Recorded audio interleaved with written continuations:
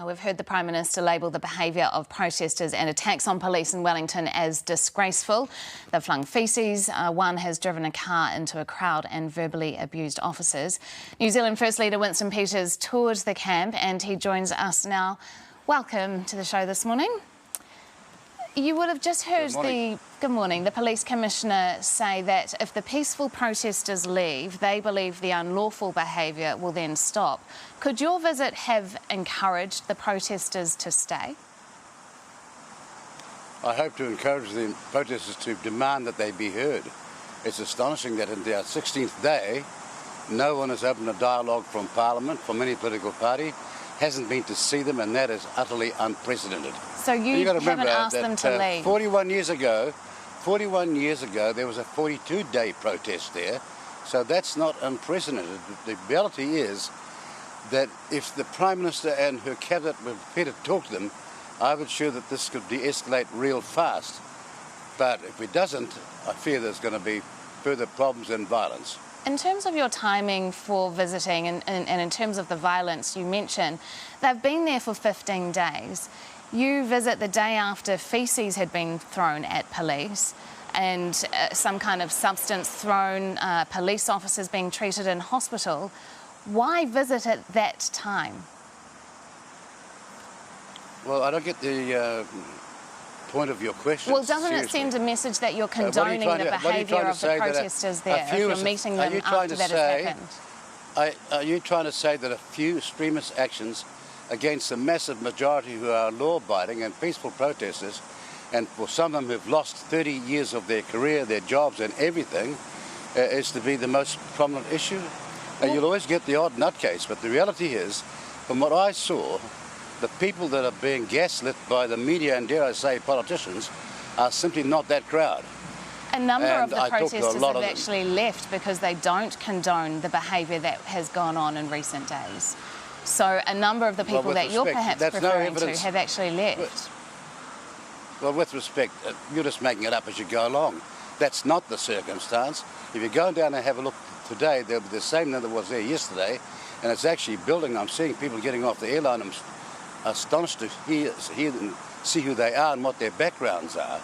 But the reality is that if they'd have been spoken to, if they'd have been listened to, if there'd been some dialogue, then this will not be where it is today. The Prime Minister and it's preposterous. Has told... You will not find any part in our country's history where the politicians en masse have signed a pact not to talk to protesters. Well, they have put out a cross-party agreement saying that they would talk to them if the unlawful behaviour was to stop. But the Prime Minister has accused Christopher Luxon of dancing dangerously close to sympathy with the protesters. Do you sympathise with them?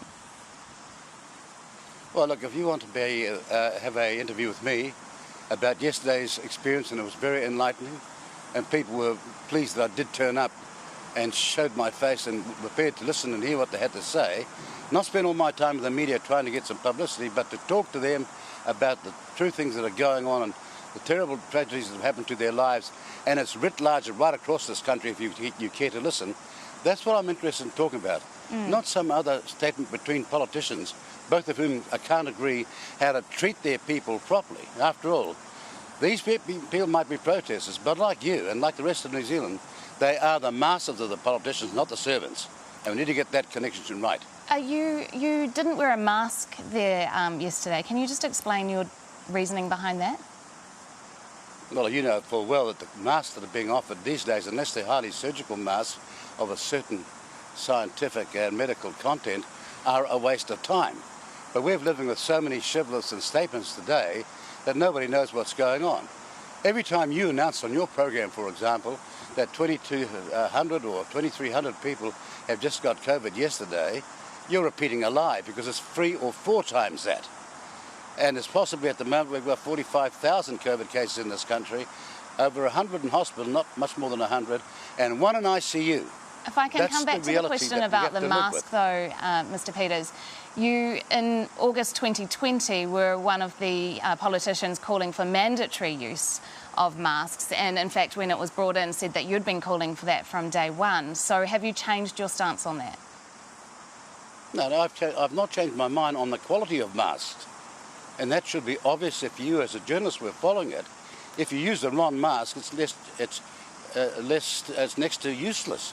You've got to use the right one. And you're feeling and all the specialists are saying that, and so why aren't they available for people?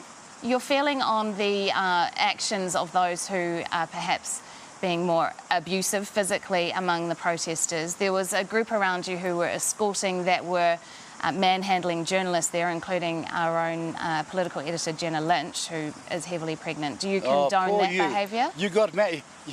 Excuse me, you were told at the start that I'm here to listen to the protesters, not you. Not a bunch that have been brought out by 64 So manhandling is okay in that instance? Or who have been gaslighting and virtue signalling and doing all sorts of things to mislead the public. And the fact of the matter is, you all knew, well before you even asked the first question, that I'd asked to speak to the people and that you people could wait to a later time. You're not the centre of this issue, and I wish you would start acting like the Fourth Estate and not like a bunch of fifth colonists.